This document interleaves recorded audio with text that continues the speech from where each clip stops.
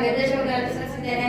ಮಹಿಳೆಯರಿಗೆ ಬೇಕಾದಂತಹ ಮೂಲಭೂತ ಸೌಕರ್ಯಗಳನ್ನು ಒದಗಿಸಿಕೊಡಿ ಅಂತ ಹೇಳಿ ಪ್ರತ್ಯೇಕವಾದ ಮೆಸ್ಸನ್ನು ನಿರ್ಮಾಣ ಮಾಡಿ ಹಾಗೂ ಇತರ ಸಮಸ್ಯೆಗಳ ಬಗ್ಗೆ ಪ್ರತಿ ಸಾರಿ ಅವರ ಹತ್ರ ಹೋಗಿ ಹೇಳಿದ್ದಾನೆ. ಹಲವಾರು ಸಾರಿ ನಾನು ಇಂಜಿನಿಯರಿಂಗ್ ಹೋಗ್ಬಿಟ್ಟು ಉಪಪ್ರಧಾನ ಚರ್ಚೆ ಮಾಡಿ ಮೂಲಭೂತ ಸೌಕರ್ಯಗಳಿಗೆ ಒದಗಿಸಿಕೊಡಿ ಅಂತ ಹೇಳಿದಾಗ ಬಹಳ ತಡೆ ಮಾಡಿದ್ರು. ನನಗೆ ಯಾವುದೇ ರೀತಿಯಾದಂತಹ ಕೆಲಸಗಳನ್ನ ಸರಿಯಾಗಿ ಆ ಸಮಯದಲ್ಲಿ ಮಾಡಿಲ್ಲ. ನಿಧಾನವಾಗಿ ಹಂತವಾಗಿ ನಾನು ಮಾಡಬಹುದಿತ್ತು.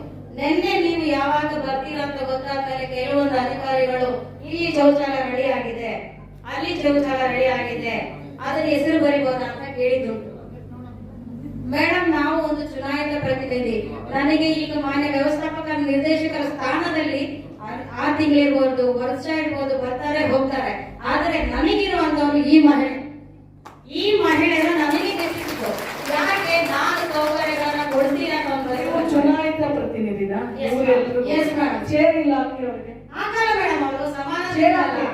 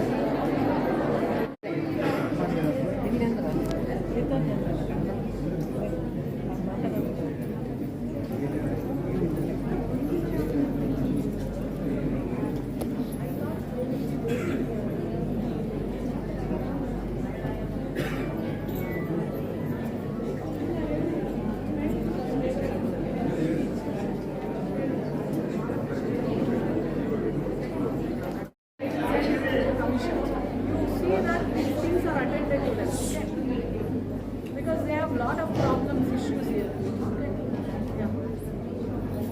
Atti gold mines here. No, the women who are working here facing the problems.